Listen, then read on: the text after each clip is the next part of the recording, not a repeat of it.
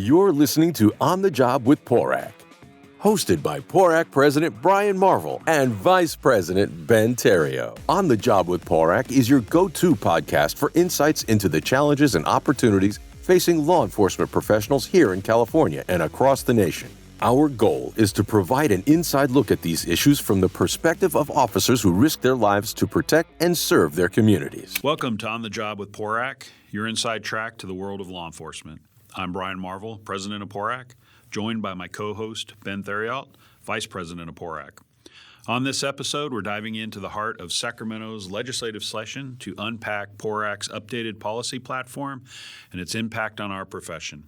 We're thrilled to have back our legislative advocate, Randy Perry from Perry Strategies, hands down one of the best lobbyists at the Capitol and our tip of the spear in advancing officer rights and public safety. Thanks for joining us again, Randy. Let's get started on this mid-session. Obviously, House of Origin 2 weeks ago. Yep. A lot of bills flying through, moving on to the next House. A lot of bills didn't make it out, which is good. I've been trying to tell people that having experienced the last 6 years has been rough. We've been playing a lot of defense. Clearly, the temperature and the atmosphere at the Capitol's changed. A lot more pro-public safety support. Playing defense, you don't really get to introduce bills and sponsor bills, but now I feel like we've sponsored a lot of bills that I haven't seen since maybe the first time I got up here, which is a good thing because now we're actually able to get legislation that supports our members and the work that they're doing as labor organizations, which is clearly something is a very high priority for PORAC on top of the public safety piece. So, obviously we've released a policy platform and we address this and that. When we do as an organization, it's fairly new. I think this is just our second iteration, something that we anticipate maybe doing every couple of years based on what we're seeing and really trying to look at how we can use evidence-based information that we receive, but it's got to be like real-world evidence-based. It can't be just this theoretical stuff that a lot of times we see in the academia world. It's got to be real-world. Can the cops on the streets really use this and be effective with it versus, hey, over here, this sounds great. We should try to do this. So hopefully our policy platform really addresses that. Do you get talking to the members in Sacramento, do they feel that a policy platform that we put out, is it beneficial when it comes to working with them on legislation? Look, I think it's imperative that PORAC create this policy platform, put it in writing. We have been at the table in all of the issues over the last few years. We have been at the table negotiating various police reform bills, you name it. For us to be in that leadership role, we have to be prepared to put everything in writing. We have to be prepared to make it public. We have to be prepared to speak with the press, talk with the public. That's the role. With the role, you have to be as public and transparent on everything. Putting all of those positions out there, nobody can question where PORAC is on these issues. No one can. And in my opinion, it only drives communication. It only drives the discussion between law enforcement officers. Because you can be like, look, it's right here. This is what we've been about since this has been updated. This is where we're at. There's no questions about it. Because sometimes we get some crazy questions from journalists. Where they're just like kind of off the wall. It's like, it's really easy to dial in to see where we're at. And even our own members. Yeah, our own members absolutely. have access right there. Not just what's PORAC doing for me, what's PORAC's position on this issue, but they can use it when talking to local people, local press, local organizations. Here's our position. Here's what, and they can provide input back to the state on maybe we should tweak this, and that's why updating it every couple of years is a great idea. Yeah, and I think that's really what separates us a lot from the other entities that are similar to us in the state of California is the fact that we're really trying to put the thought into peace officer rights, supporting the profession, recruiting and retention, officer wellness, we're really the ones up here, making the difference at the Capitol because, we've put some thought and effort into addressing these issues. What are the best ways to address the recruiting and retention issues? Is there a committee or a commission that we could create like we did to discuss that? Because that is right now, I think, probably one of the biggest issues facing our profession in the state of California and nationally is trying to recruit high-quality candidates that want to come to the job. Especially in the rural areas. We did that it's called a hot map, and the rural agencies are really suffering with the recruiting and retention because they're finding it difficult to compete with the package, the benefits package, compensation package, with a lot of the cities and municipalities within the state of California. So, if you're living somewhere in the rural area of California, it's very enticing to at least maybe start at a very large agency or a large agency that pays well, and then maybe moving back a little bit later when you get older.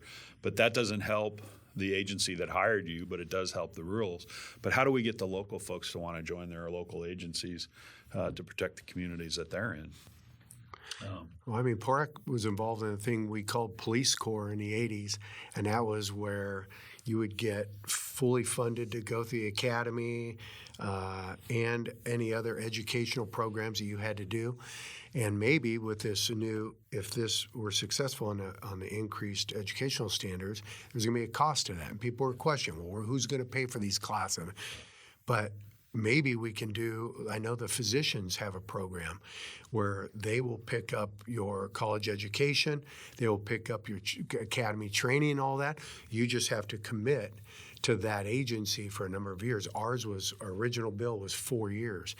And so that's where the rurals could say, hey, we'll pick up and we'll even give you a housing allowance and things of that sort. Yeah. But you have to commit to us for 4 years. That's what the doctors do to get doctors in rural Police Corps, I'm assuming, was like kind of a play off AmeriCorps, that kind of deal. Exactly right. And I think, that's something that Peace Corps, So, but those types of models, right? And I think it's probably something that on the horizon, I think, is where things are going to have to go. And those are the ideas that we were hoping that creating this statewide commission to take a look at recruitment and retention. Those are the kind of ideas we were hoping that we could work with the state to help fund them. Yeah. And see, that's what I try to tell people. It's like, I talk about you highly, Randy. I love you. I think you do fantastic work. I think you have been at the forefront of our profession, at least my entire career and longer. The work that you do in Sacramento is just tremendous on behalf of the law enforcement profession. And, that's why I think being affiliated with PORAC is so critical and why I really feel that us as an organization are really head and shoulders here in the state when it comes to dealing with a lot of these issues, because we're willing to put the time in to look at these and do the research and analysis and talk to people from around the United States and even internationally to make sure that we're crafting the best policies that we can and try to mitigate some of the crap that we see coming out of Sacramento with some of these folks that are very reactionary. Well, I hope the people, if folks are listening to this at the Capitol, the staff and the members, I hope they take a look at the policy platform. I know we're sending it to all the offices, and just, let's open discussions. Introducing a bill. I would love for them to look at our policy platform and say, these guys have a policy on this, and here's how they view it. I need to at least reach out to them and talk to them about how to draft this bill. Or maybe at the very least, they draft the bill with our policy in mind. Well, fortunately, back to your point, we have a lobbyist who's on his game, not just someone sending letters. Yeah, and that's a big so that's a big help. I gotta get logos. Everyone can send logos, man. Can send a bunch of letters, but if you don't do your JOB, it doesn't really help out. Yeah. Well, I've said it before. I'm very proud of PORAC, the way they have handled all of the issues over the last few years. It's easy to bury your head in the sand. Yeah. And just hope things blow over, but in the they time of do. What's that? They seldom do. Right. And if you're not having your message out there, you're not part of the message, it's going to hurt you, and it won't be done well, and won't be done right. But PORAC hasn't done that. PORAC's been at the table. They've been public on everything, and just publishing these policies and putting this policy platform out there, I think is just an extension to show what PORAC has done, and they've been willing to be at the table. With that said, where do you see, like, we got a lot of our bills through and a lot of bills that are now 2-year bills. One of the lingering bills that we're working on is the education stuff from AB 89. Why don't we start with that one first, and where are we at on that? I know the original bill was sort of, there were some issues with, I don't know, through Ledge Council, and the author made a huge mistake, which is now creating an urgency bill. How do we move forward from fixing that problem, I guess? Yeah, so, I mean, on the education stuff, PORAC took a position along with the chiefs of police where the two organizations are going to work to try and raise the educational standard of law enforcement. It was supposed to be a slow process over a decade or so. We didn't want to put too much educational burden on folks. It wasn't going to apply to people currently, so we kicked it out about 10 years for the next 10 years from now, the first academy to start having us hire. The issue also was that the academy itself would qualify for a lot of that program. And then we would add some additional courses to that. We'd give them a period of time to take it, most of it online, maybe during the first 2 years of while they're working. So it was a slower process to try and raise it, but the goal was that, over the next decade and a half, California would have the highest educational standards for law enforcement in the nation. That started with about 4 different studies that came out that showed that the higher education an officer had, the less likely they were to immediately go to force. They would have better communication skills with the general public, and so on. So based on that, PORAC stepped up, like they always do nationwide, and started working on those standards. PORAC and the chiefs introduced a bill. In addition to that, I will add, our original bill also set up a statewide committee on recruitment and retention in that same bill. Therefore, this body would come up with ideas for retaining folks. The idea was to create these task force around the state where agencies would provide an officer, and they would have a group of folks who could go to elementary and middle schools and high schools to talk about the profession, not just about what we're doing for a living and all that, but that it's a good, honorable profession. You can make a decent wage. You have a pension at the end. Just all of that. We thought that would not just help with recruitment and retention, but also, quite frankly, to get folks to think about that it's an honorable profession. Law enforcement and firefighting are 2 good professions that people should look at. A lot of that has been negatively impacted over the last 7 years, quite frankly, by members of the legislature who were just constantly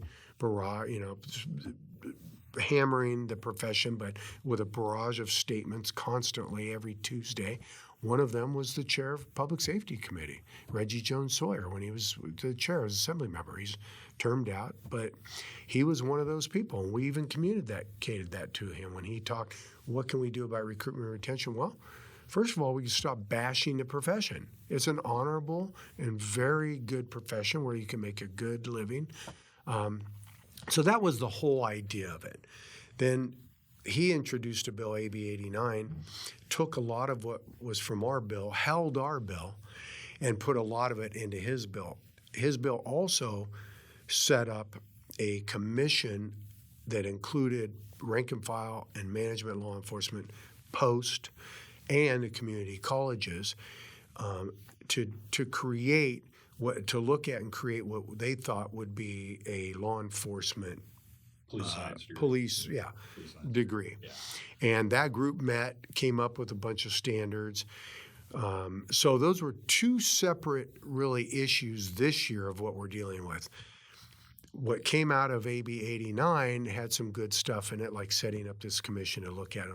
The problem was AB 89, Legislative Council drafted it poorly and made some mistakes in it. And where our intent was to say you would either have a 4-year degree or you could have a 2-year degree and add to all of that the academy, the any out-of-state work. Maybe you came in from Arizona, you moved here and you want to continue working at peace officer, and any military experience. So that was the whole idea, was with all of that available, let's come up with a better educated workforce a decade out from now. That was the idea. Reggie's bill, AB 89, made the mistake and said you have a 4-year degree and you shall have this and you shall have that. It was supposed to be or. That was the intent. We drafted the original intent. I can tell you right now that between PORAC and Cal Chiefs, the original intent was you have any of those combination of things that would have a higher standard at the end of the day. Yeah, because everything we try to focus on is we don't want to limit the candidate pool. That bill bottlenecked recruiting. Exactly. To a very, I wouldn't say small group, but a reduced group of candidates that were eligible to be peace officers in the state of California. And that was never the intent. And that would have been the worst thing to have done, especially during that time when our profession was being demonized consistently through the mainstream media, through the legislative, a lot of the legislative members. Obviously, that switched. Now we're having to fix this through urgency bills, through Senate Bill 385, which hopefully, my understanding is going through, progressing pretty quickly. Governor, I believe, said that he would sign it, and that'll fix that problem real quick. But with that, there's that other bill, 992. Correct. AB 992 Yep. by Jackie Irwin. Right, and that addresses a lot of the stuff in regards to what you talked about earlier about the education component. Did an interview. Unfortunately, they didn't use any quotes from my interview, but a lot of the folks that are not pro-police, or they're saying that they're watering down AB 89. Even the former assemblyman, he went on and made some quotes saying they're trying to water down my bill, and it was like, your bill was crap anyways, but we're trying to fix it, and this does that. And what really bothered me, obviously, Ben and I are both veterans, and it's not the reporter's fault, but she's like, oh well, military service shouldn't count. We shouldn't be getting military service credits. And I'm like, well, actually, those are some of probably the best rounded individuals you may want to be working in a police force, because they have skills that somebody who just goes to college and nothing else may not have.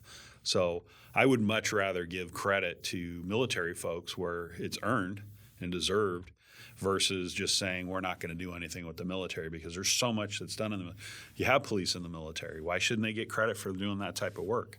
So hopefully we can get that bill over the finish line, and it just shows like how the political climate, in California, I think has changed a lot. The fact that we had to advocate for just something as simple, and that it's still being talked about getting veterans and having military, which is quality of life experience, the fact that a reporter would say, well, that shouldn't count for anything. It's like, well, my 6 years of military police experience counts for nothing.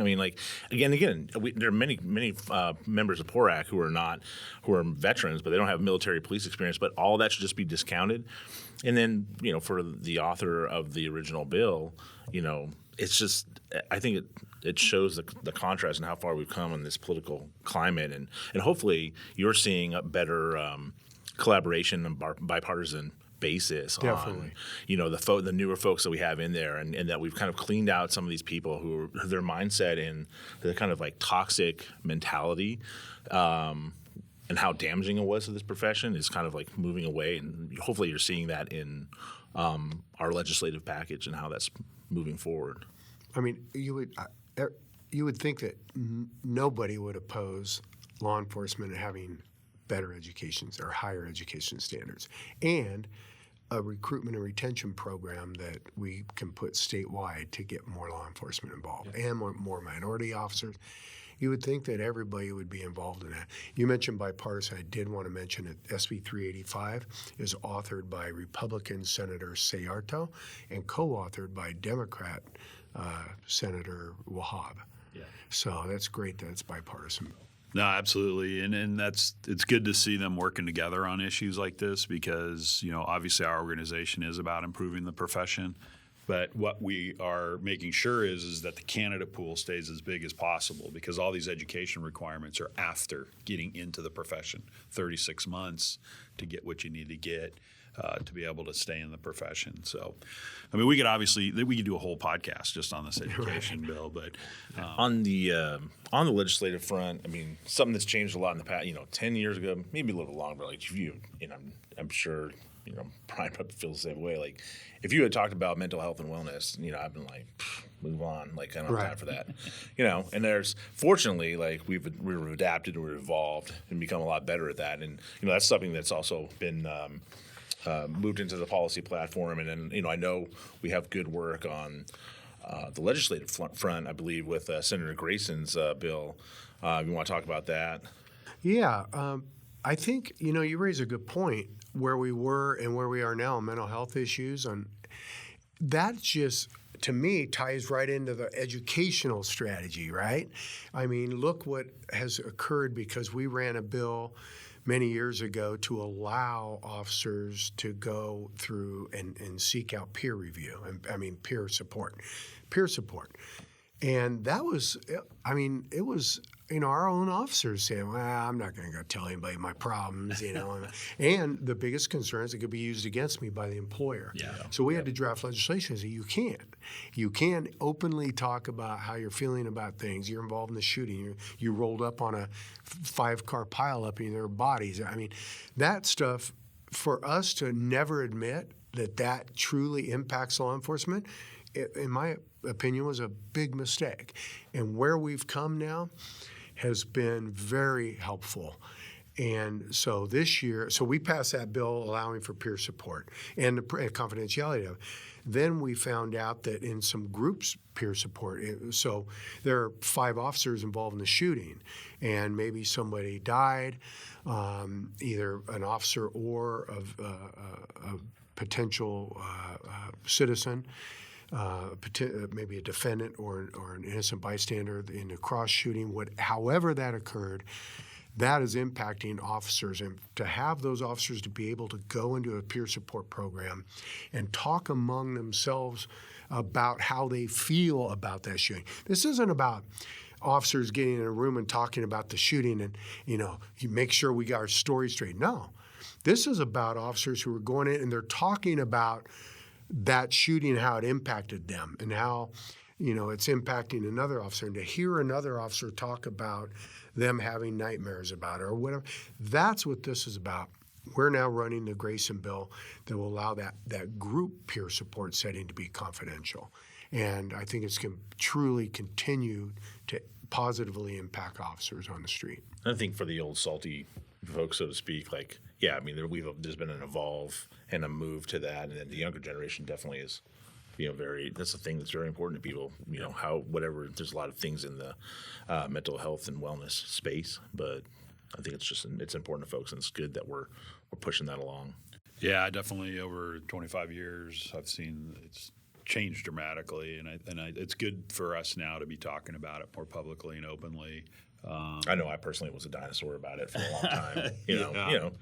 Hey, that's the way it was when we came on, and but you're right. Having these conversations are important. Protecting the conversations is even more important, and really that's falls under the labor that we've been able to sort of address going forward. Is working on a lot of the labor issues for our members and making sure that they have the protections that they want. And it goes back to your original statement you made that now that we've moved through the police reform issues and I think the public has seen that law enforcement is not, the negative, bully. They're seeing that law enforcement, there need to be some reform. I mean, you can't have, the same policies and procedures for decades upon decades in any field. Yeah. You have to move forward. There's always changes in life, but the framing that we were somehow the enemy or the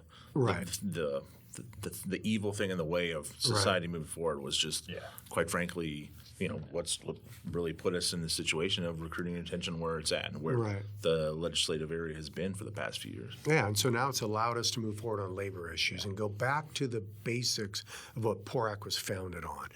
You have work comp issues, retirement issues, all your working conditions stuff, your labor issues, collective bargaining protections, your presumptions, work presumptions, because the new things are always happening.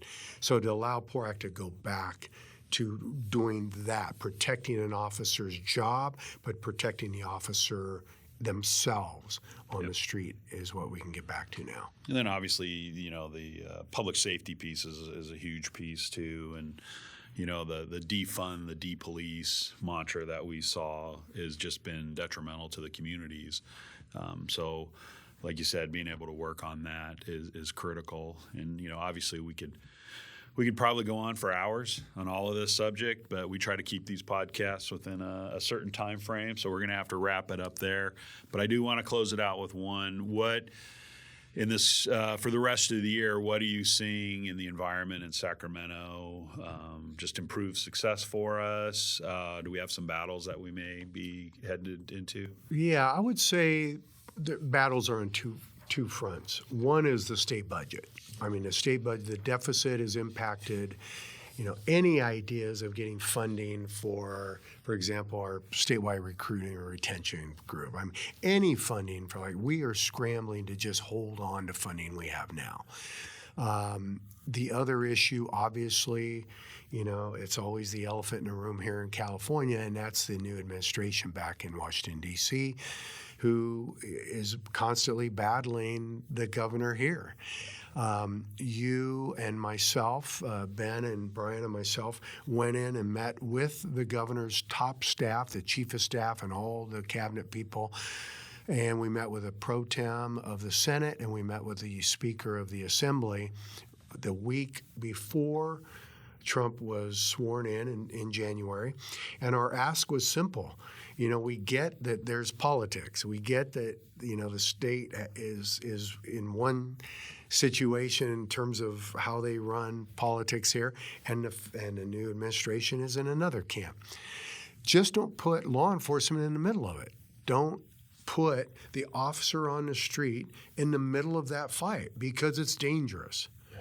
And it's showing its head. The biggest issue right now is the immigration issue, and that the feds are coming in and enforcing immigration, and it's starting to put California law enforcement on the street in the middle of it, where they're asking for backup, where they're asking for us to enforce some federal warrants that are out there. And the state has a law that says we can't enforce some of those warrants. So again, here we are. We've asked for, and they've done a pretty good job up to this point. But now with the major immigration enforcement, it's now incidents are occurring on the street where law enforcement is being put in the middle. So those are the two big issues right now that we're facing. And I can tell you the latter is getting ready to potentially explode, and it's scary. And it should be scary for officer safety on the street. Yeah, absolutely. And I think that could be a whole different podcast in and of itself. Yeah. But definitely. With that, this wraps up another vital episode of On the Job with PORAC. Huge thank you to Randy Perry for breaking down PORAC's legislative priorities and giving us the inside scoop on Sacramento's mid-session battles. Stay informed about the policies shaping our profession. Your voice matters in this fight. For more details, check out the show notes, including PORAC's updated policy platform at PORAC.org. If you haven't already, hit the like button and share this podcast with your fellow officers and community to help us spread the word. This is Brian Marvel with Ben Therriault signing off. Until next time, keep fighting the good fight and stay safe out there. On the Job with PORAC.